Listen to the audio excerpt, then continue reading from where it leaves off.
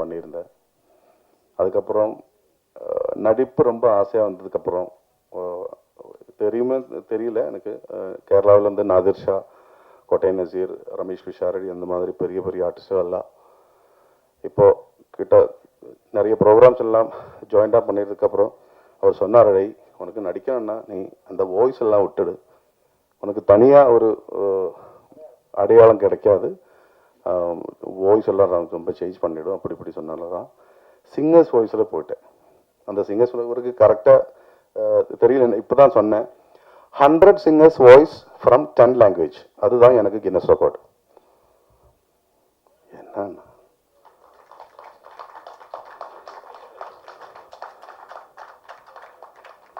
வேற யாரும் இருக்குல்ல, நான் மட்டும்தான் இருக்கேன். கொஞ்சமாவது கைத்தட்டுருங்க, கஷ்டப்பட்டு படிச்சது. ஆனா இந்த மைக்கில் எப்படி வந்துருது எனக்கு தெரியல, நான் ட்ரை பண்றேன். என்ன சார் ஜானகி அம்மா பாட்டில் ஜானகி அம்மா குரல் நான் ட்ரை தான்.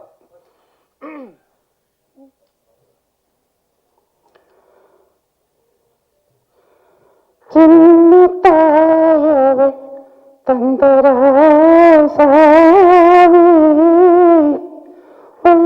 தோண்டி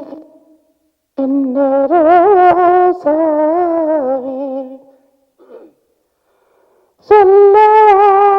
சொல்லாரோ எந்தன் பந்தங்கள் நீயாரோ எந்தன் கண்ணில் எந்தன் நீரோ சின்ன தாயவள் தந்தராசாவே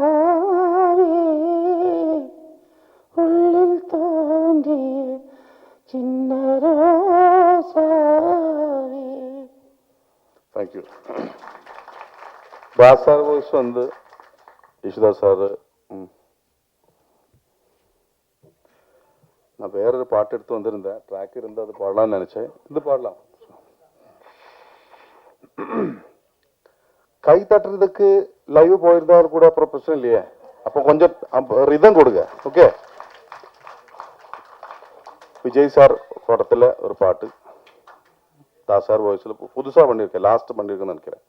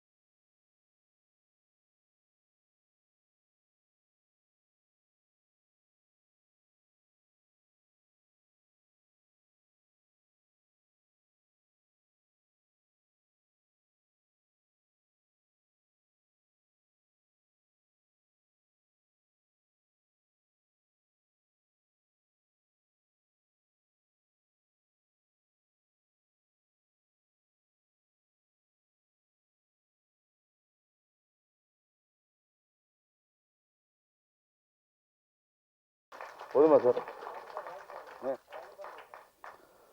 ராஜா சார் வாய்ஸ் எல்லாம் மலையாளத்தில்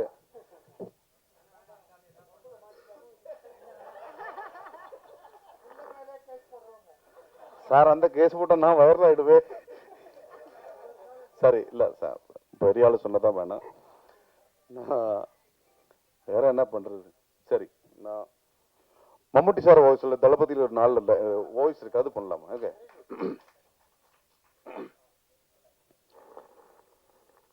சூர்யா, எனக்கு கூட பிறந்த யாரும் கிடையாது, நீதான் எனக்கு. அர்ஜுனனுக்கு தம்பினா எனக்கு அப்படித்தான், உனக்கு ஒரு குடும்பம் இருந்தனா எனக்கும் சொந்தம், என்ன பிரிக்க பார்க்காதரா. Thank you, thank you so much. நன்றி சார். ஒரு அரங்கம் நிறைந்த கைத்தட்டல் இந்த தருணத்துல நம்ம கொடுக்கிறோம். வாழ்த்துக்கள். Thank you so much. இந்த வெள்ளக்கட்டி கொஞ்ச நாளாவே இந்த செல்லக்குட்டின்னு கூப்பிட்டுக்கிட்டு இருக்கு. அதாவது இன்னைக்கு மாடர்ன் ட்ரெஸ்ல வந்து தமிழ்லயே அதிகமா பேசிச்சு. போன வாரம் தமிழ் பெண்ணா புடவையில வந்து ஆங்கிலம் 50%, தமிழ் 50% அப்படி கலந்து பேசிச்சு. நான் தான் சொன்னேன், அழகிய தமிழ் மகளே, நல்லா தமிழ் பேசுற, இதுக்கு இடையே ஆங்கிலத்தையா உள்ள சொருகிற, தமிழ் பேசு, தேவையான 1-2 ஆங்கிலம் பேசலாம், தப்பில்லை. நம் தமிழ் இருக்கும் போது இல்லாத போது வேறு இடத்துல இருந்து எடுப்போம். அதனால இன்னைக்கு ஏறக்குறைய 90% தமிழ்லே பேசியிருக்க. உனக்கு என்னுடைய பாராட்டுக்கள். தமிழ் புடவையோடு வா, இன்னும் அழகா இருப்ப. தமிழ் மகளா, அழகிய மகளா இருப்ப. இப்ப லீச் புக் சினிமா தயாரித்துள்ள லீஸ்ட் நம்முடைய அனுப் ரத்னா ப்ரொடியூசர் அண்ட் ஹீரோ. அவர் கதாநாயகன் நடித்திருக்காரு, அவர் தயார் பண்ணியிருக்கார். இசையமைப்பாளர் கிரண் ஜோஷி. 3 பாட்டு நல்லாவே இருந்தது, ரொம்ப நல்லா பண்ணியிருந்தார். நம்முடைய இந்த மேடையை அலங்கரித்தவர் நிஜாம், நடிகர், மிமிக்ரி ஆக்டர், இன்னும் பல்துறை கலைஞர். நிஜாம், நீங்க உண்மையிலே ஒரு பல்கலைக்கழகம். இது நிஜம், இது சத்தியம். என்ன உருவம் தான் கொஞ்சம் பெருசா இருக்குன்னு பார்த்தா உள்ள நிறைய வச்சிருக்கார். அதுதான் உருவமா இருக்கு. நடிப்பு, பாடல், மிமிக்ரி எல்லாமே. இத இன்னொரு பெருமை என்னன்னா, இவங்க கேரளாவில இருந்து தமிழ் சேர்த்து படம் எடுத்திருக்காங்க. கேரளா, தமிழ், கன்னடா, தெலுங்கு 3 மொழியில ரிலீஸ் பண்ண போறாங்க. தமிழும் நம்பிக்கையோடு எடுத்திருக்காங்க, சிறப்பா எடுத்திருக்காங்க, அழகா எடுத்திருக்காங்க. ஒரு த்ரில்லர் ஸ்டோரி. அதை எப்படி அழகா பண்ணணுமோ அதை பண்ணியிருக்காங்க. கேமரா, ரீ ரெக்கார்டிங் எல்லாமே நல்லா இருக்கு. இது எல்லாத்த விட கேரள சகோதரர்கள் இந்த மேடையில தமிழ் பேசுறீங்களே, உங்க எல்லாருக்கும் என்னுடைய பாராட்டுக்கள். ஹீரோயினி அழகா பேசு. நான் ஏதாவது தப்பு பேசுறதா மன்னிச்சுக்கன்னு கேட்டது. கடைசியில நன்றி சொன்னேன், அந்த நன்றி தூய தமிழ். நிறைய நல்ல எல்லாருமே அழகா பேசுறேன். ப்ரொடியூசர்ல, மியூசிக் டைரக்டர்ல இருந்து ஸ்டண்ட் நம்ம தம்பி, தமிழ் தம்பி, அவனை தைரியமா கேரளா கூட்டு போய் படத்தை அழகா ஸ்டண்ட் பண்ணி கொடுத்துருக்காரு. தமிழை நம்பி வந்தால் எந்த தப்புமே வராது, ஞாபகம் வச்சுக்க. தமிழர்களை நம்புவர்கள், தமிழர்கள் தான் அவங்க கெட்டு போவாங்க, ஆனா அடுத்தவர்களை கெடுக்க மாட்டார்கள். ஆக இந்த தமிழ் படம் லீச், ரத்தத்தை உறிஞ்ச அட்டை, ஒரு அட்டை கிருமி இருக்கு இல்லையா, உடம்புல ஒட்டிச்சுன்னா இருக்க ரத்தத்தெல்லாம் உறிஞ்சிருமா. அதே போல இன்றைக்கு சமுதாயத்தில் உள்ள அரசியல்வாதிகள், அதிகாரிகள், பெரும் பெரும் கோட்டீஸ்வரர்கள் ஏழைகளின் ரத்தத்தை உறிஞ்சுகிறார்கள். ஏழைகளை ஏழைகளாக வைத்திருக்கிறார்கள். கோட்டீஸ்வரன் ஏறிக்கொண்டே போகிறான்.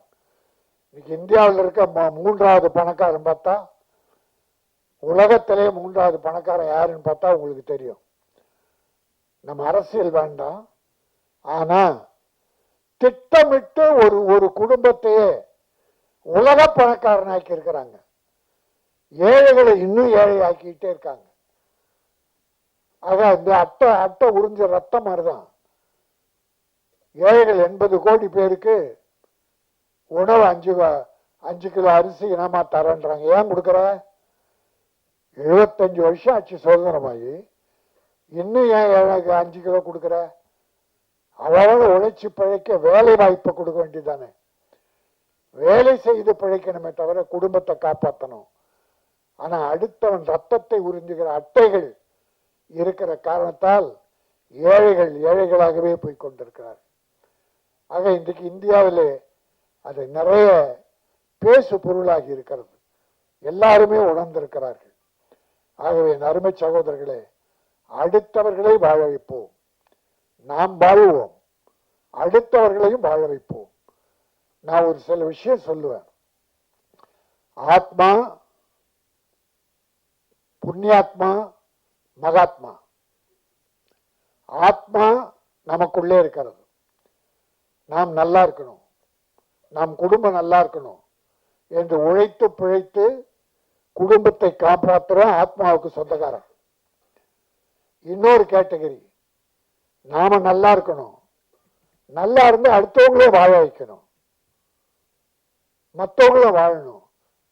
நாம் சம்பாதித்ததில் நம் குடும்பத்துக்கு வைத்துக்கொண்டு மற்றவர்களும் உதவி செய்யணும். அவன் புண்ணியாத்மா. ஆத்மா புண்ணியாத்மா. இன்னொரு கேட்டகரி தான் அற்புதம்.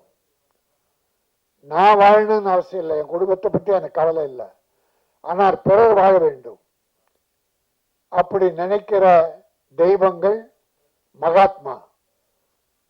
மகாத்மா காந்தி இந்தியாவுக்காக வாழ்ந்தார், அவர் உலக மகானார். அன்னை தெரேசா உலகத்துக்காக வாழ்ந்த தாய். அன்னை தெரேசா கல்யாணம் ஆகியிருந்தா ஒரு 2 குழந்தைகளுக்கு தாயா இருக்கலாம். ஆனால் கல்யாணம் செய்து கொள்ளாமல் கருவுறாமல் பிற குழந்தைகள் எல்லாம் உலக மக்களை காப்பாற்றினார்களே, அதனாலே உலக தாயானாள். பெருந்தலைவர் காமராஜ் தன் தாயை கூட கவனிக்காமல், தன் உறவுகளை கவனிக்காமல் தமிழக மக்கள் இந்திய மக்களை காப்பாற்றினாரே, அவர் மகாத்மா. நம்முடைய அப்துல் கலாம் தன் குடும்பம் பாராது, இந்திய மக்கள் உயர வேண்டும், உலகம் உயர வேண்டும் என்று பாடுபட்டாரே, அந்த அப்துல் கலாம் மகாத்மா.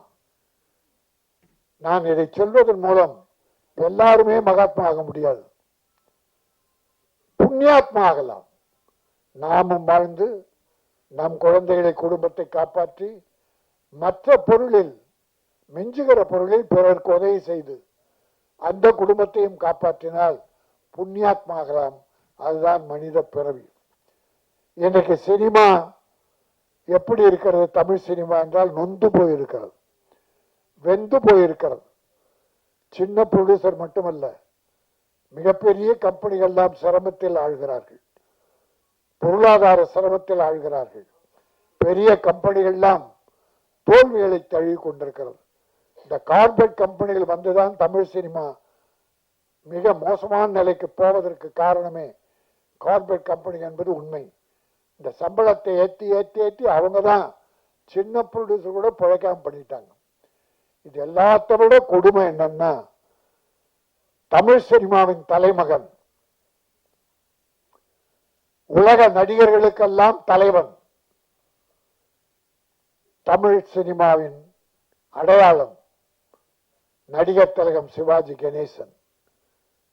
ஏழையாய் பிறந்து நாடகங்களை நடித்து பராசக்தியின் மூலமாக கதாநாயகனாகி உலக நடிகனாக உயர்ந்து காட்டியவர். பேருங்க அண்ணா சொன்னார், தென்னாட்டு மார்லன் பிராண்டோ. ஆனால் தென்னாட்டு பிராண்டோல இவர்தான் உலக நடிகர், அப்புறம்தான் பிராண்டோ எல்லாம்.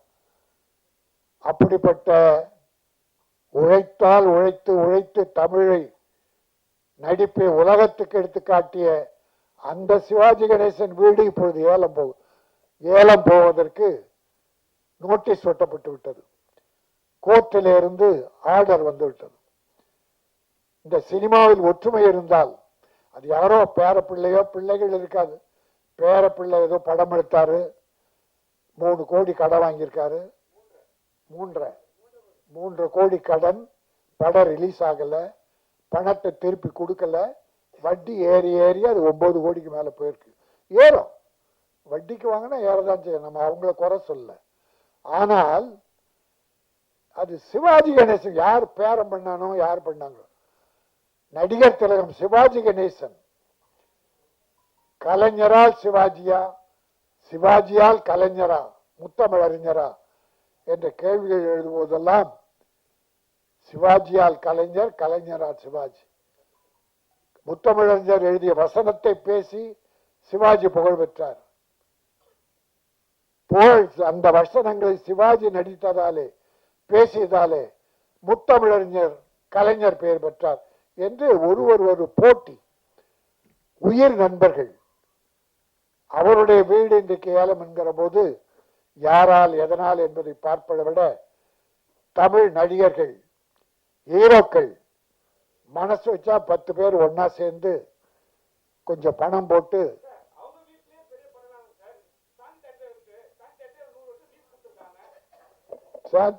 லீசா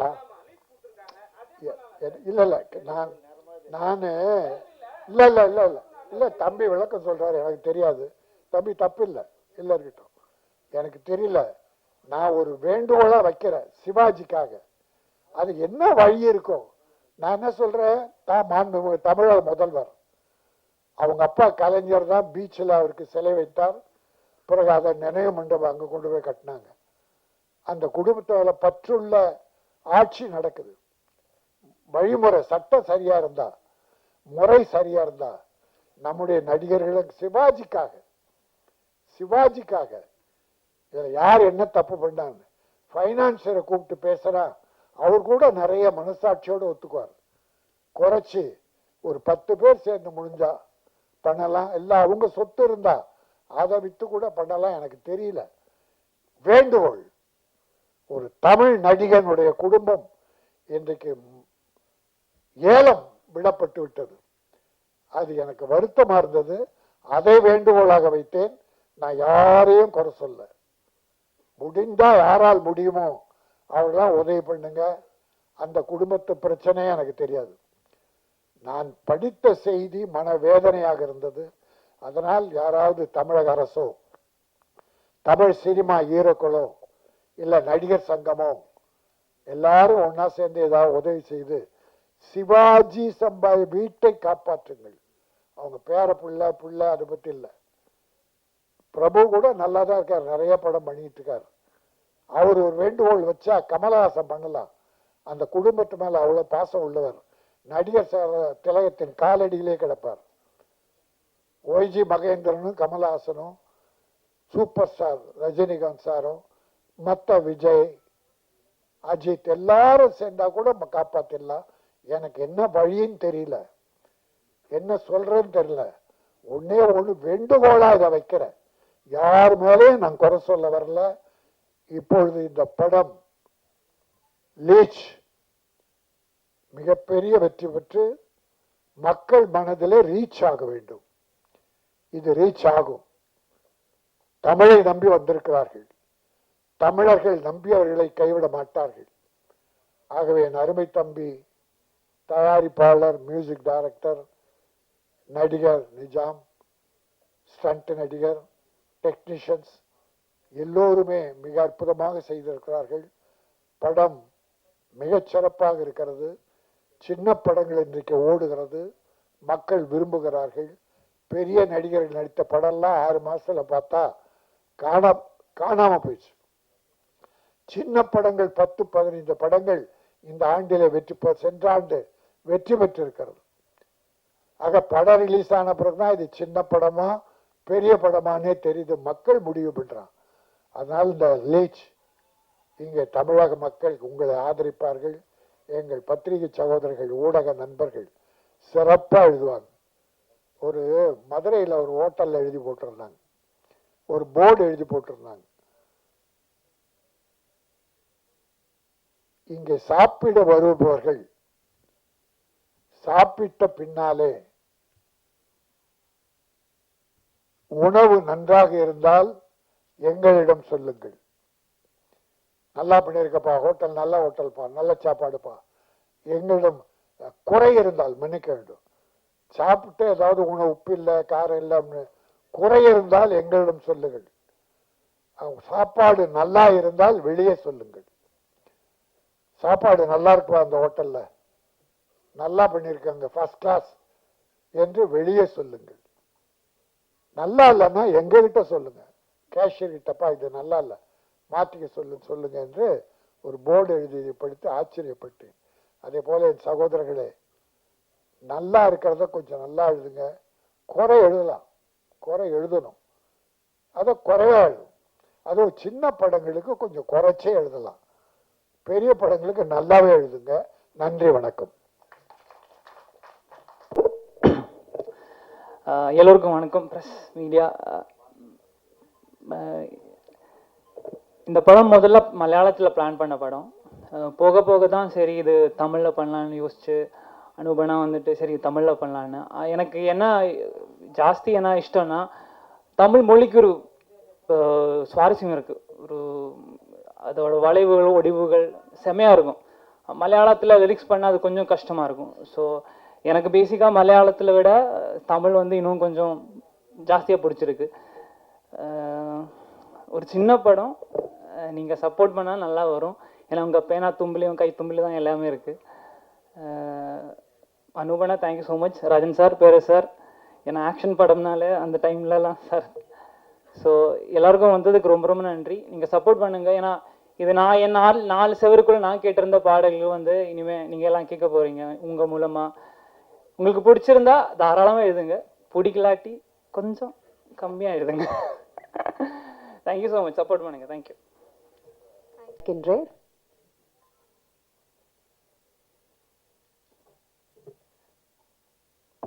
ஹலோ, எல்லாருக்கும் வணக்கம். டவுனா? ஓகே, இப்போ கேட்குதா? ஓகே, எல்லாருக்கும் வணக்கம். சார், ரஜன் சார், பேரரசு சார், எல்லாருக்கும் இங்கே வந்ததுக்கு ரொம்ப நன்றி. ஆல் மீடியாஸ், ஆங்கர் சொன்ன மாதிரி என்னோட ஃபஸ்ட்டு மூவி தான், ஃபஸ்ட்டு ஆக்ஷன் த்ரில்லர். நான் ஃபைட்டெல்லாம் பண்ணியிருக்கேன்.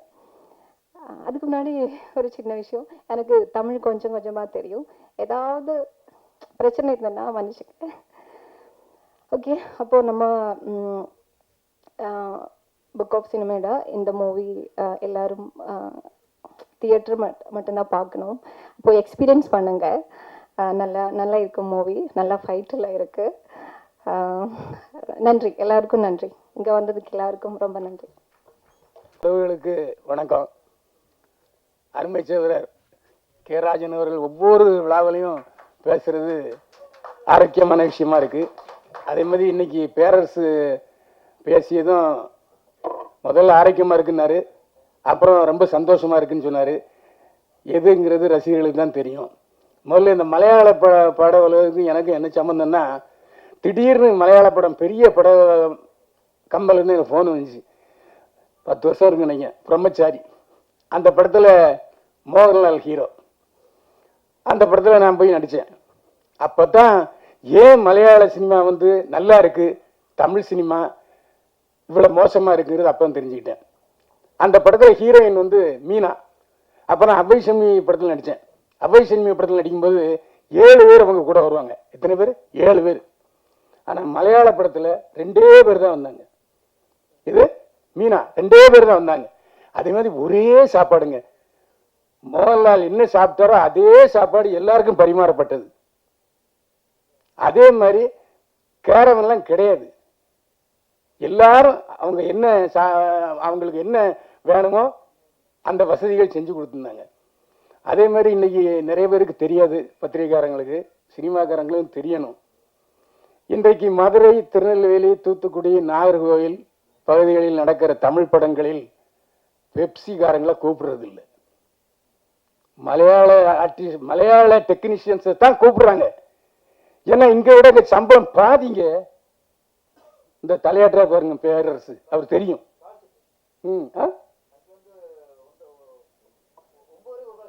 அதான், அது மட்டும் இல்லை, நீ கல்யாண மண்டபத்தில் தங்கினாலும் தங்கிடுவாங்க. அப்படி இந்த துறை நம்ம வாழ வைக்குது. இந்த வாழ வைக்கிற துறையும் நம்ம வாழ வைக்கணுங்கிற எண்ணம் அவங்களுக்கு இருக்கு. அதை நீங்க முதல்ல புரிஞ்சுக்கணும். இங்க மாதிரி அங்க எங்கேயுமே வந்து ஸ்ட்ரைக்கே கிடையாது. ஆனா அம்மா இல்லை ஸ்ட்ரைக் பண்ணுறாங்க, அது ஒரு விஷயம். அதே மாதிரி மீட்டுன்னு ஒரு பிரச்சனை வந்துச்சு, அதை அப்படியே அமைக்கிட்டாங்க. பிரச்சனையே இல்லை. கோர்ட்டில் யாரும் சார்ஜ் சொல்ல வரமாட்டேன்ட்டாங்க, போலீஸுக்கு வரமாட்டேன்ட்டாங்க. இங்கே உள்ள தமிழ் பெரிய நடிகருடைய மனைவி, அவங்க பெரிய நிறுவனம் வச்சுருக்காங்க, அவங்களே வர முடியான்ட்டாங்க. ஏன்னா அந்த அளவுக்கு ஒத்துமை. இந்த மீட்டு பிரச்சனையால் மலையாள படம் உலகம் ஒளிஞ்சிடக்கூடாதுங்கிறதுக்காக எல்லாரும் சிரத்தை எடுத்து ஒரே முகமாக ஒற்றுமையாக செயல்பட்டாங்க. சரி, இப்போ நம்ம தமிழ் படத்துக்கு வருவோம். தமிழ் படத்தில் இன்னைக்கு ராஜன் சொல்கிறாரு, பேரரசு சொல்கிறாரு, ஏன் பெப்சி செல்வமணியே புலம்பிட்டார், 1000 கோடி நாங்கள் வந்து வரி கொடுக்குறோம், ஆனால் எங்களுக்கு ஒன்றும் செய்யலைன்னா எப்படி? தட்டுங்கள் திறக்கப்படும், கேளுங்கள் கொடுக்கப்படும், அழுதாத்தான் பால் அம்மாவே கொடுப்பா. அந்த மாதிரி சூழ்நிலையில் எப்படி புரட்சியில் எம்ஜிஆர் வருஷத்துக்கு 3 மாசம் தமிழ் படம் போடுன்னு சொன்னாரோ, அதே மாதிரி தமிழில் பெயர் வைத்தால் வரி விலக்கு, உனக்கு வரியே கிடையாது என்று டாக்டர் கலைஞர் சொன்னாரோ, அந்த மாதிரி இந்த அரசுன்னு சொல்றதுக்கு வாய்ப்பு இருக்கு. ஆனா நம்ம தட்டலை, கேட்கல, அழலை. இதான விஷயம். ஏன் இன்றைக்கு இருக்கிற எல்லா சங்கங்களும் ஒரே முகமா நின்று போய் இன்னைக்கு நம்ம சினிமாவிலேருந்து போனவர் தான் உதயநிதி ஸ்டாலின் இன்னைக்கு எல்லா வேலையும் செஞ்சுக்கிட்டு இருக்காரு. இன்னைக்கு சமீபத்தில் கூட அவர் தான் முன்ன நின்று அந்த 90 ஏக்கரை கொடுத்துருக்காரு, அதாவது மறுபடியும் புதுப்பிச்சு. அந்த மாதிரி நீங்க கேளுங்க. நாங்க தமிழ், உங்க அப்பா டாக்டர் கலைஞர் வந்து தமிழ்ல பேர் வச்சா வரி விலக்குன்னு சொன்னாங்க, அதே மாதிரி எங்களுக்கு வரி விலக்கு கொடுங்க. கேளுங்க. கேட்கலையா வேகமா தட்டுங்க. தட்டினா திறக்கலையா போராட்டம் நடத்துங்கய்யா, ஒரு ஊழல் நடத்துங்க. தமிழ் சினிமா ஏன் என்ன காரணம்னா, இன்றைக்கு என் கூட உள்ளவங்க எல்லாருமே என்ன உங்களுக்கு என்னங்க எல்லாம் கோடி கோடியா சம்பாதிக்கிறீங்க? எத்தனை பேர் கோடி கோடியா சம்பாதிக்கிறாங்க? ஒரு 8 பேர் இருக்குமா, இல்லை 10 பேர் இருக்குமா? மீதி இந்த தொழில் நம்பி இருக்கிற லட்சக்கணக்கான பேர், அவங்கள பத்தி யாருக்கும் தெரியாது. ஏன்னா இவங்க தான் வெளிநாட்டுக்காரில் பயணப்படுறாங்க. இந்த நடிகர்களுக்கு எவ்வளவு வெளிநாட்டுக்காரு நாம தான் போட்டுக்கிட்டு இருக்கோம். எதுக்கு சொல்றேன்னா, தயவு செய்து இந்த 1 வருஷம் தேர்தல் வருது, இந்த நேரத்தில் தட்டினா தான் திறக்கும். ஏன்னா பத்திரிகைக்காரங்கிற முறையில் நிறைய பேர் கொஞ்சம் பயந்துகிட்டு இருக்காங்க. சினிமாவில் தமிழ் மலையாள சினிமாவில் பயங்கிறதே கிடையாது, எல்லாம் சேட்டாதான். இவரே மோகன்லாலே போய் எழுந்து அந்த சோறு வாங்குறாரு, கூட்டு வாங்குறாரு, மோர் வாங்குறாரு. நம்ம நம்ம ஹீரோஸ் யாருன்னா அப்படி பண்ணுவாங்களா? அண்ணே அது தப்புண்ணே. நம்ம இமேஜை காப்பாற்றணும். அந்த மாதிரி போலியாகவே நம்ம வாழ்ந்துட்டு இருக்கோம். தயவு செய்து இந்த 1 வருஷத்துல கேட்டாதான் அடுத்த 5 வருஷமாவது நீங்க வந்து வரி விலக்கு பெற முடியும். குறைஞ்சபட்சம் அந்த வரி விலக்கு கேளுங்க, வேற ஒன்றும் வேண்டாம். அந்த வரி விலக்கு. நன்றி சார். அப்போ மலையாளத்தில் தான் கொடுக்குற தண்ணி.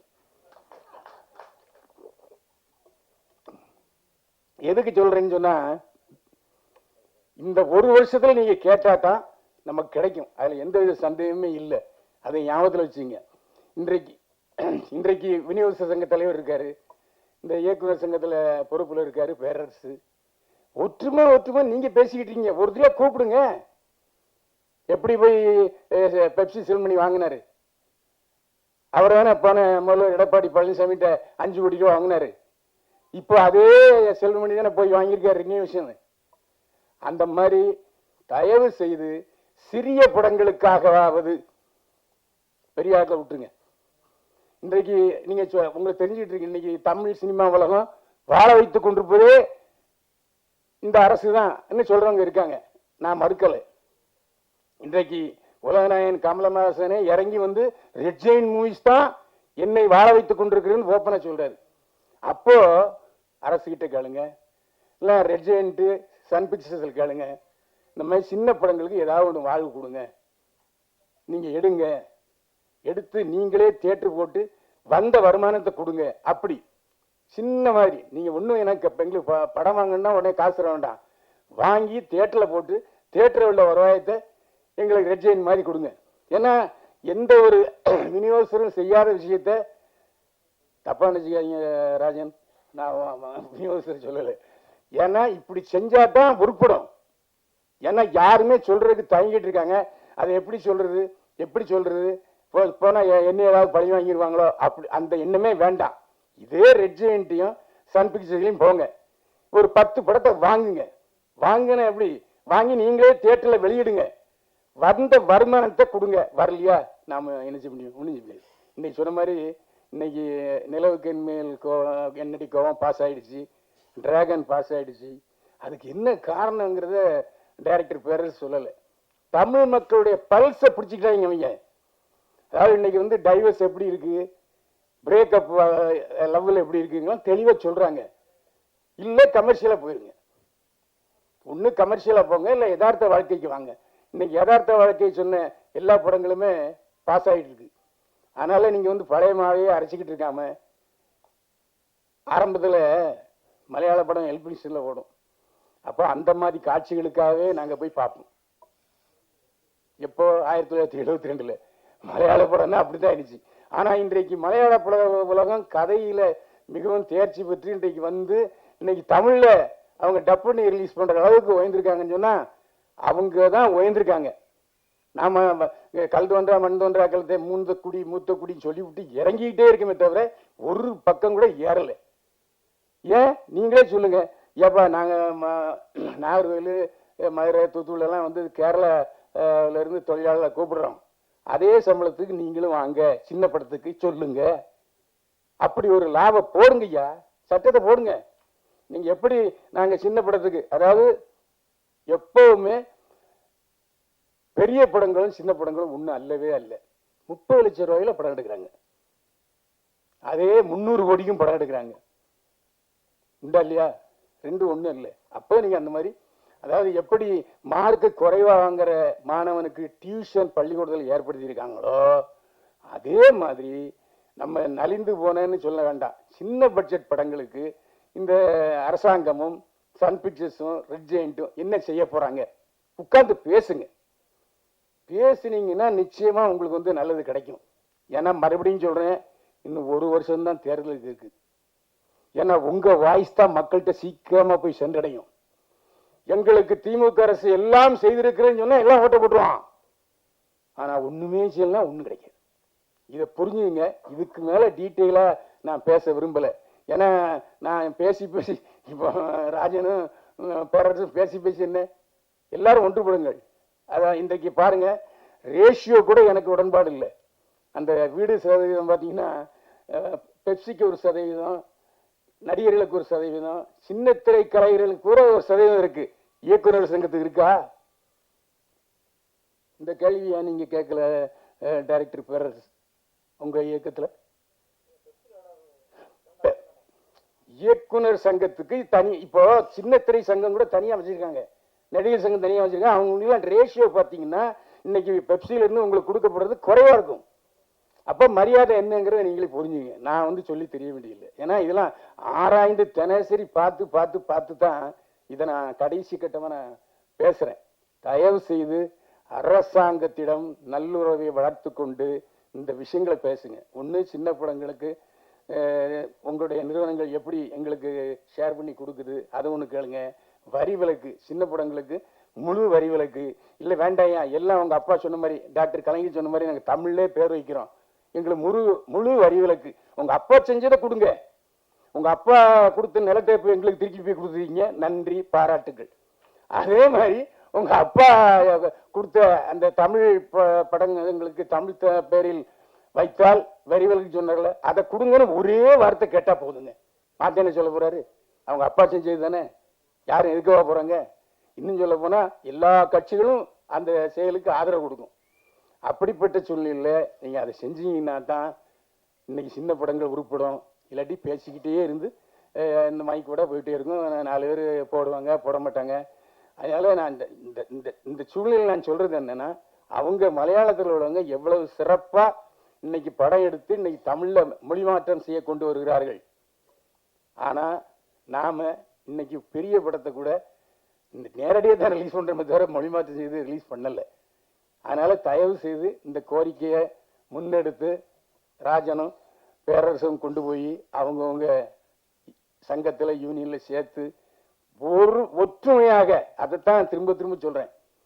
இதுல வந்து ஒருத்தர் கிளாச்சிக்கிட்டு போறது, ஒருத்தர் கோச்சிட்டு போறது, அவர் அரசியல் பண்றது, இவர் அரசியல் பண்றது, அதெல்லாம் வேண்டாம். இன்னைக்கு பேரரசு கூட பாரதிய ஜனதா கட்சியை சேர்ந்தவராக இருக்கலாம், அதை மறந்துடுங்க அண்ணா. அப்போ நீங்க இல்லையா? அதே சொல்லுங்க. அதாவது நான் என்ன சொல்றேன், ஆமா நான் பாரதிய ஜனதா கட்சியை சேர்ந்தவன் சொல்லுங்க. நான் அதை வந்து தப்புன்னு சொல்லலை. ஆனா சினிமால வேண்டாம். அந்த மாதிரி எல்லாரும் ஒற்றுமையா இருந்து நிச்சயமா நடக்குங்கிற நம்பிக்கை எனக்கு இருக்கு. யாராவது ஒருத்தர் மணி கட்டணும், மணி கட்டிட்டேன். மீண்டும் சந்திப்போம். வாழ்க வளமுடன். எல்லாருக்கும் வணக்கம். இந்த மாதிரி ஒரு மேடையில் ஃபஸ்ட்டு தமிழ் பேசுகிறதெல்லாம் ஃபஸ்ட்டு தான். உங்களோட பிஸி ஷெட்யூல் எல்லோரும் வந்ததுக்கு ரொம்ப நன்றி. ராஜன் சார், பேரர் சார், ரொம்ப நன்றி. And thanks to the press and media for coming and supporting us and giving the reports. என்னோட பேர் அனூப் ரத்னா. நம்ம சினிமா பயணத்தை நான் ஷார்ட் ஃபில்மு, தியேட்டர் ஆர்டிஸ்டாக தான். Short film, mimicry, stage programmes எல்லாம் பண்ணிகிட்டு இருந்தோம். சினிமா தான் நம்மளோட டார்கெட்டு இருந்தது. அப்போது ஒரு ப்ரொடக்ஷன் கம்பெனி ஸ்டார்ட் பண்ணலாம், புக்கோ cinema productions. Like how I am eagerly waiting to do some movies, same like புதிய ஐடியாஸ், புதிய டைரக்டர்ஸ், ஸ்கிரிப்ட் ரைட்டர்ஸ் எல்லாம் இருக்கும்.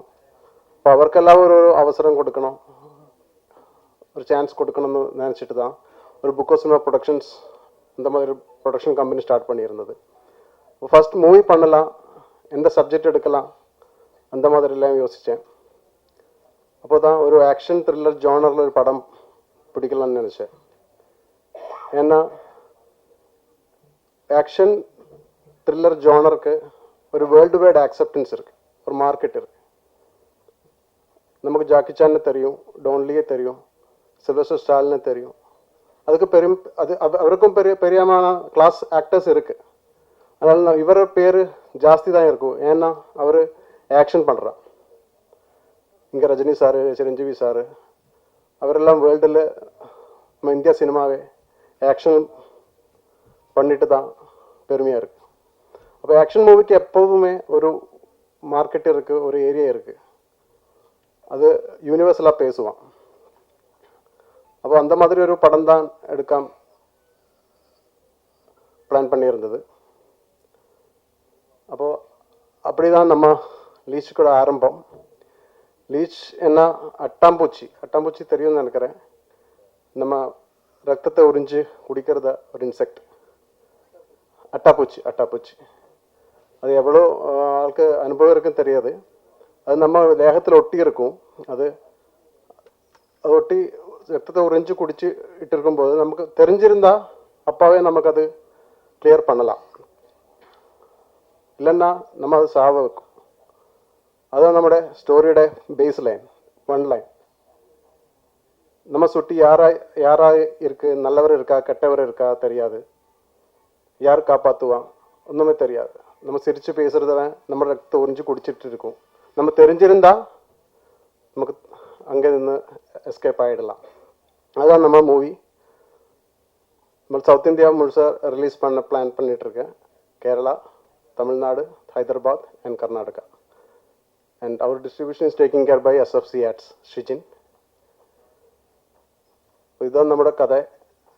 நம்மளோட ஃபர்ஸ்ட் ப்ரமோஷன் தமிழ்நாடுன்னு ஸ்டார்ட் பண்ணியிருக்கு.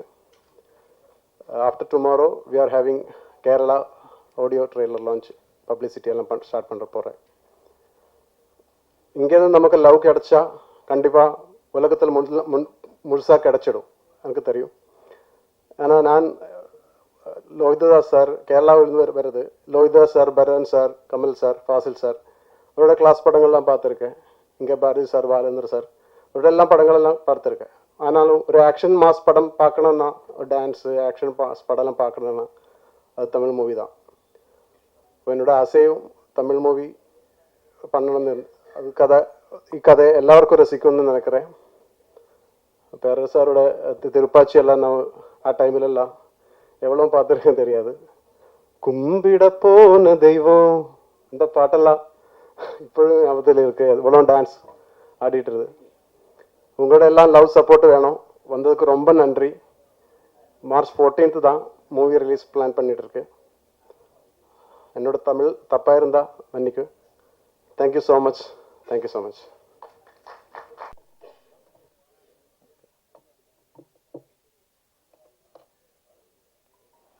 ராஜன் அவருக்கு மட்டும் என் செல்லக்குட்டி. நம்மளை வேண்டாம் இருப்பா. பேரஸ் வந்து பேச சொல்கிறேன். காலைல கேட்டாங்க அவர்கிட்ட வந்து நந்தினி கேட்டாங்க ராஜன் சார்கிட்ட, சார் உங்கள் இளமைக்கு என்ன ரகசியம்ட்டு. எனக்கு அப்போ தெரில, இப்போ தெரிஞ்சிச்சு. ஃபஸ்ட்டு சேலைட்டு வந்தாங்களாம், அழகிய தமிழ் மகளாம், ஆங்கிலம் கலந்த தமிழை ரசித்தாராம். ஆடியன்ஸ் வந்து நம்ம வந்து ட்ரெய்லர் பார்த்துருப்போம், சாங்கை பார்த்துருப்போம், அதெல்லாம் கவனம் அங்கேயே இருக்கும். இங்கே ஆங்கர் வந்து எப்போ சேலைட்டு வராங்க, எப்போ மாடர்ன் ட்ரெஸ்ஸில் வராங்க, எப்போ எந்த மேடையில் எவ்வளவு தமிழ் பேசுகிறாங்க, ஆங்கிலம் பேசுகிறாங்க, இதெல்லாம் கவனிச்சா ஏன் இளமையாக இருக்க மாட்டாங்க? இளமை யாராச்சும் புரிஞ்சு வச்சா உங்களுக்கு? நந்தினி புரிஞ்சுல? இதான் நீங்கள் அப்பான்னு கூப்பிடணுமே. ஓகேயா? இது செல்ல கூட்டலாம் பண்ணக்கூடாது. இப்பெல்லாம் அப்பா தான் ட்ரெண்டு. ஓகேயா? ஆனால் நீங்கள் அப்பா, இனிமேல் உங்களுக்கு நந்தினி அப்பா தான். ஓகே, எல்லாருக்கும் அப்பா இல்லை, எல்லாருக்கும் அப்பா வாழ முடியாது. நந்தினிக்கு அப்பா நீங்கள். நம்மளால முடிஞ்ச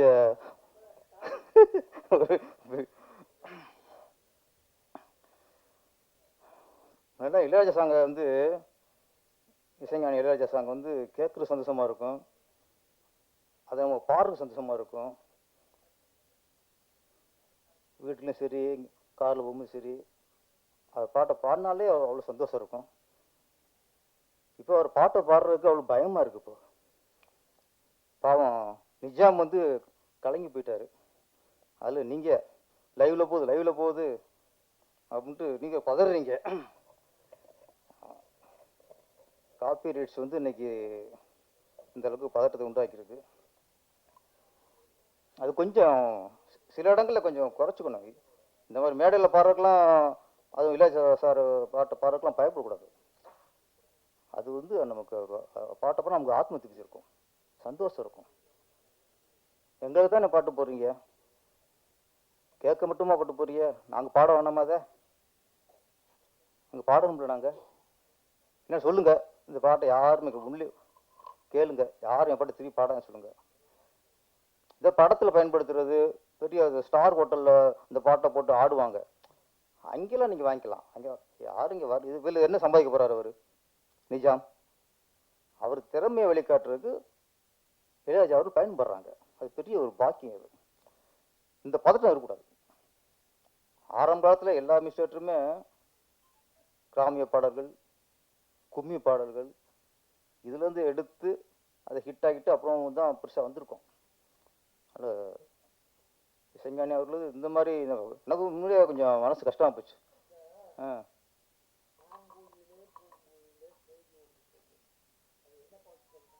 நீங்கள் சொல்லுங்கள். ஆமாம், ஏறுமையில் ஏறி விளையாடும் மயில் ஒன்று, மாங்குயிலே பூங்குயிலே. உங்கள் மேலே கேஸ் போடணும் இப்போ நீங்கள். அதுக்கு முருகர் தான் போடணும். திருப்பரங்குன்றம் முருகர் வருவார். இல்லை சொல்கிறேன், நம்மளே பல இதில் எடுத்து தான் வந்திருக்கோம். சரி, அது கொஞ்சம் மஸ்ஸு ஒரு வளர கலைஞர் இல்லை சார், எல்லாருக்கும் தான். அவங்களுக்கு அது ஒரு பயம். லைவில் போயிட்டுருக்கு, டப்புன்னு கட் ஆயிடுறாங்க. இந்த படத்தோட தயாரிப்பாளர் அனுரத்னா அவருக்கு வாழ்த்துக்கள். அவர் இந்த படத்தில் கதாநாயகன். ப்ரொடியூசராக லாபம் பெறணும், கதாநாயகனும் வெற்றி பெறணும், அது வாழ்த்துக்கள். இங்கே சந்தியா வந்திருக்காங்க. தமிழ்நாட்டுக்கு வந்து சந்தியா வந்து 3வது தலைமுறை நினைக்கிறேன். ஏற்கனவே ஜெயலலிதாவோட அம்மா அவங்களோட சந்தியா. அதுக்கப்புறம் காதல் படத்தில் பரத்தோட நடித்தாங்க, அவங்களும் சந்தியா. இப்போ ஒரு அடுத்த 3வது தலைமுறையாக சந்தியா வந்திருக்காங்க. ஆமாம், சந்தியான வெற்றி தான். ஓகே, ஆமாம், சந்தியா பேரே ஒரு ராசியான பேர் தான். அப்புறம் இந்த லீச் இப்போலாம் நிறைய படம் இப்போ இங்கிலீஷ் ஸ்டேட்டாக வருது. ஆனால் ஒரு வகையில் ஒரு திரைப்படங்கள் தான் இப்போ நமக்குலாம் ஆங்கிலத்தை கற்றுக் கொடுக்குதுன்னு ஒரு தோணுது. இப்போ பீஸ்ட்னு படம் வந்துச்சு, உங்களுக்கு தெரில, நம்ம கேட்போம் என்ன மீனிங்ட்டு. அப்போ சொன்னாங்க இது மிருகம் அப்படின்னாங்க. கோட்னு வந்துச்சு, ஒன்றும் தெரில உங்களுக்கு என்ன ஆடு அப்படின்னாங்க. இப்போ லீச்னு நமக்கு தெரில, நான் கேட்டேன் இது அட்டை பூச்சினாங்க. இன்றைக்கு வந்து தமிழர்களுக்கு வந்து படங்கள் தான் இங்கிலீஷை கற்றுக் கொடுத்துருக்குன்னு நினைக்கிறேன். மலையாள இயக்குனர் பாசில் அவர்கள், இன்னுங்க யார் பெற்ற மோனம் வந்துச்சு பத்திலா. ஆமாம், பாசில் அவர்கள் தமிழில் படம் பண்ணும்போது பூவே பூச்சுடவா, என் அழகான தமிழ் பெயர், பூவிலி வாசலிலே, ஒரு ஒரு கவித்துவத்தோட ஒரு தமிழ் பெயர், காதலுக்கு மரியாதை, கண்ணுக்குள் நிலவு, இதெல்லாம் ஒரு காலகட்டம். மலையாள இயக்குனராக இருந்தால் கூட தமிழ் வைக்கும்போது அவ்வளோ அழகான தமிழ் பேர் வைப்பாங்க. இன்னைக்கு எல்லாமே ஆங்கிலமாக போயிடுச்சு. அடுத்து குட் பேட் அக்லின்னு வருது. அஜித் சார் ரொம்ப பெருமையாக நினைச்சான், வீரம், விவேகம், விசுவாசம், விடாத முயற்சி, நல்லா தமிழ் பேர் வச்சுட்டு இருந்தார். சரி, அவரும் குட் பேட் அக்லின்னு வச்சிட்டாரு. திரும்ப தமிழ் பேர் எல்லாமே பெரியவர்களாக கொஞ்சம் தமிழ் பேர் வச்சா தான் நல்லது. நம்ம இங்கே வந்து சும்மா மும்மொழி இருமொழிங்கிறோம், அது திரையுலகம் கடைப்பிடிக்கணும்ல. ஸ்கூலில் மட்டும்தானா மொழி, இங்கேயும் தமிழ் திரையுலகம்னா தமிழ் படங்கள்னா அதுலேயும் தமிழ் கொஞ்சம் பார்த்துக்கணும்.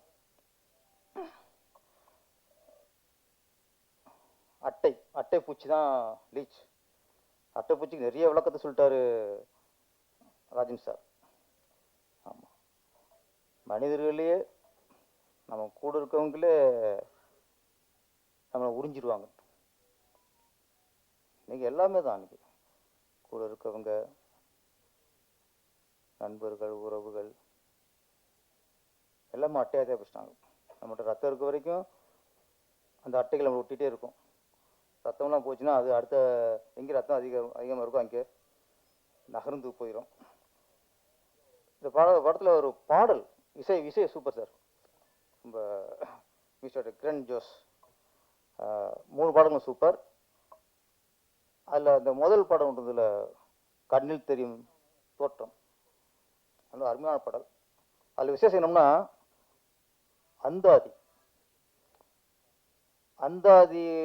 அந்தாதியில் பாடல் வந்து ரொம்ப வருஷமாச்சு. தமிழ் ரொம்ப அபூர்வம். ஒரு சில பாடல் வந்துருக்கு. லால் லால் கவிஞர் பெயர் லால், ரொம்ப அற்புதமாக எழுதியிருந்தார். கண்ணாசன் ஒரு படத்தில் இந்த அந்தாதியை பயன்படுத்தி பாட்டு எழுதியிருப்பார். வசந்த கால நதியினிலே வைரமணி நீரலைகள், நீரலைகள் மீதினிலே நெஞ்சிரண்டும் நினைவலைகள். ஒரு இதில் ஒரு வார்த்தை முடியும் போது அடுத்த வரி அந்த வார்த்தையில் துவங்கும். அதில் எந்த வார்த்தை முடியுதோ அந்த வார்த்தையிலிருந்து அடுத்த வரி தொடங்கும். இது இப்போ அபூர்வமாக வருது. லால் வந்து இப்போ அந்த அந்தாதியை பயன்படுத்தி அந்த பாட்டு எழுதியிருக்காரு. உண்மையிலே ரொம்ப நல்லா இருந்துச்சு. வரைக்கும் எல்லா வரைக்குமே தமிழ் வார்த்தைகள், ஒட்டுமொத்த பாடலும் நல்ல தமிழ் வார்த்தையோடு இருந்துச்சு. கவிஞர் லால் அவர்களுக்கு என்னுடைய வாழ்த்துக்கள். இது மலையாள டீமு. நான் வந்து மலையாள படங்களை ஒர்க் பண்ணியிருக்கேன், தெலுங்கு படத்தை ஒர்க் பண்ணியிருக்கேன். அதில் ஒரே ஒரு விஷயம் சொல்லணும். இந்த மலையாள படத்தில் ஒர்க் பண்ணும்போது பார்த்தா மேக்ஸிமம் மலையாளம் இருப்பாங்க. அவங்கள்ட்ட என்ன சிறப்பு அப்படின்னா, அவங்க மேக்ஸிமம் இப்போ நம்மகிட்ட பேசும்போது மலையாளமும் தமிழும் கலந்து என்ன சொல்ல வராங்களோ அதை புரிய வச்சுருவாங்க. இப்போ இன்னைக்கு இதில் பேசுன எல்லாருமே மேக்ஸிமம் மலையாளி தான். ஆனால் பேசுகிறவங்க புரிஞ்சதில்ல. ஆனால் நம்ம இருக்கோம்ல தமிழர், அவங்களுக்கு பேசி புரிய வைக்க முடியாது. ஸ்பாட்டில் நம்ம முழுக்க தமிழ்லேயே பேசுவோம். ஒரு மலையாள வார்த்தை தெரியாது, மலையாளம் கலந்து பேச தெரியாது. அவங்க நமக்கு புரிய வைப்பாங்க, நம்ம வந்து பேசி என்ன சொல்ல வரோமோ அது உங்களுக்கு புரிய வைக்க முடியாது. அப்ப யாரு பெற்றுப்போ? அப்போ நம்மளுக்கு இன்னொரு சில நேரங்களில் சில மொழி நம்ம கத்துக்கிறதுக்கு ஆர்வம் வரணும். நம்ம சும்மா தமிழ் மட்டும் படிச்சுக்கோ, தமிழ் மட்டும் படிச்சுக்கணும், எங்கே நம்மளுக்கு தேவையோ அதை நம்ம கொஞ்சம் தெரிஞ்சுக்கணும். ஃபஸ்ட்டு இவ்வளோ தைரியமாக பேசுகிறாங்க மலையாளிகள். நம்ம போய் அங்கே பேச முடியுமா? மலையாளத்தை பேச முடியுமா?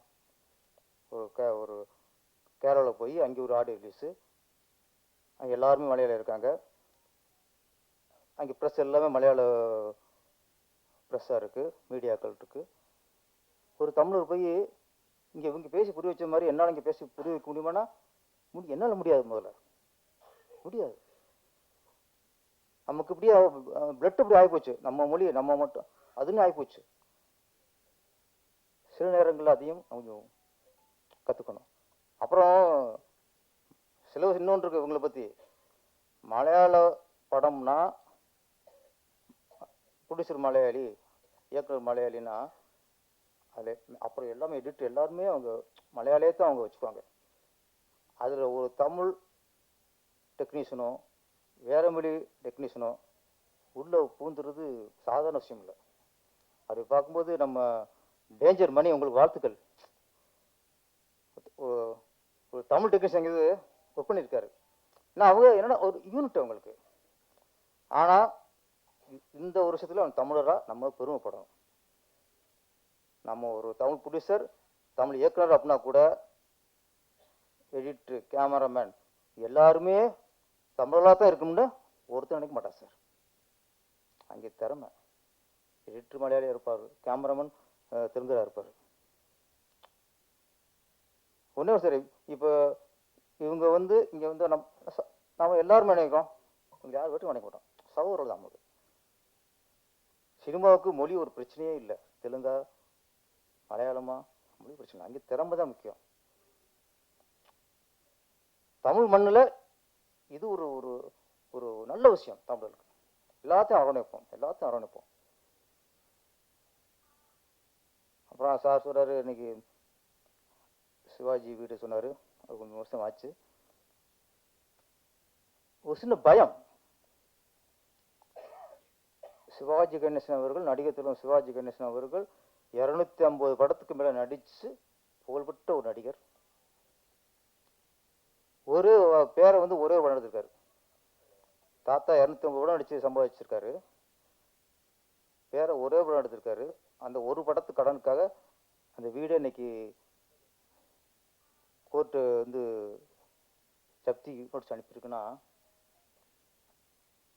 பயம் இருக்குமா இருக்காதா? வேற விசாராங்க, வேற சொத்து இருக்குனாங்க, அது வேற விஷயம். 250 படம் நடித்த ஒரு நடிகர் வீடு பேரன் ஒரு படம் எடுத்ததில்லை இன்னைக்கு ஜப்தி ஆகுது, கோர்ட்டு நோட்டீஸ் அனுப்புதுன்னா தமிழ் திருவிழா எங்கே இருக்கப்போ? எந்த நிலைமையில இருக்கு? ஒரு படம் எடுத்தா ஒட்டு சொத்தும் ஒரு ஆள் போயிருமா? அதுவும் புகழ்பெற்ற ஒருத்தரோட சொத்து போயிருமா? யார் யோசிக்கணும்? இது வந்து தமிழ் திரையுலகுக்கு கிடைச்ச பேரிடி. இது சிவாஜி கணேசன் அவர்களுக்கு அனுப்பின நோட்டீஸ் இல்லை, கோர்ட்டு தமிழ் திரையுலகுக்கே அனுப்புன நினச்சிக்கணும். அவ்வளோ ஆபத்தில் இருக்கு இன்னைக்கு சினிமா. ஒரு படம் எடுத்தானா நியூஸை பார்த்தா படம் எடுக்கணும் என்ன செய்யணுமா? அப்போ இதுக்கு திரையுலகில் எனக்கு தேவை ஒற்றுமை. இந்த தமிழ் திரையை எப்படி காப்பாற்றணும்? அப்படி ராஜன் சார் மட்டும் மைக்கில் பேசிட்டே பத்தாது. தயாரிப்பாளர்கள் எல்லாரும் ஒன்றிணையணும், அவங்களும் ஒற்றுமை வரணும். பெப்சி அவங்களுக்கு இந்த அக்கறை வரணும். தயாரிப்பாளர் காப்பாற்றுங்க அக்கறை பெப்சிக்கு வரணும், உழைப்பாளர் சம்மேளனத்துக்கும் வரணும், ஒவ்வொரு டெக்னீஷியனுக்கு வரணும், நடிகர்களுக்கு வரணும். நேற்று ஒரு அமீர் கானை பற்றி ஒரு நியூஸ் படித்தேன். நேற்று அமீர் கானை பற்றி என்னன்னா, அவர் இதுவரைக்கும் எந்த படத்துக்குமே சம்பளம் வாங்கணும் இல்லையா? அட்வான்ஸ் வாங்க மாட்டாராம். ஒரு கதை பிடிச்சி போச்சுன்னா கால்ஷீட் கொடுப்பாராம். கால்ஷீட் கொடுத்து படம் வெற்றி அடைந்தால் பெரிய கலெக்ஷன் ஆகிட்டா அதுலேருந்து சில சதவீதம் அதுக்கப்புறம் வாங்குவாரே தவிர ஒரு ப்ராஜெக்ட்டுக்கு ஃபஸ்ட்டு அட்வான்ஸ் இது வரைக்கும் வாங்கலையாம். எப்படி நடிகருங்க, எப்படி விட்டு நடிகர்? அவர் சினிமா துளி அணைக்கல, சினிமாவை தெய்வமாக நினச்சிருக்காரு, சினிமாவை நேசிச்சிருக்காரு, சினிமாவை லவ் பண்ணியிருக்காரு, தயாரிப்பாளர் வாழணும்னு நினச்சிருக்காரு. அந்த அன்னொன்று அவர் மேலே அதீத நம்பிக்கை. நம்ம ஒரு கதையை நம்ம செலக்ட் பண்ணுறோம், அப்போ இந்த கதை வெற்றி அடையும், வெற்றி அடைஞ்சால் கண்டிப்பாக பெரிய கலெக்ஷன் வரும், வந்தால் வாங்கிக்கலாம்.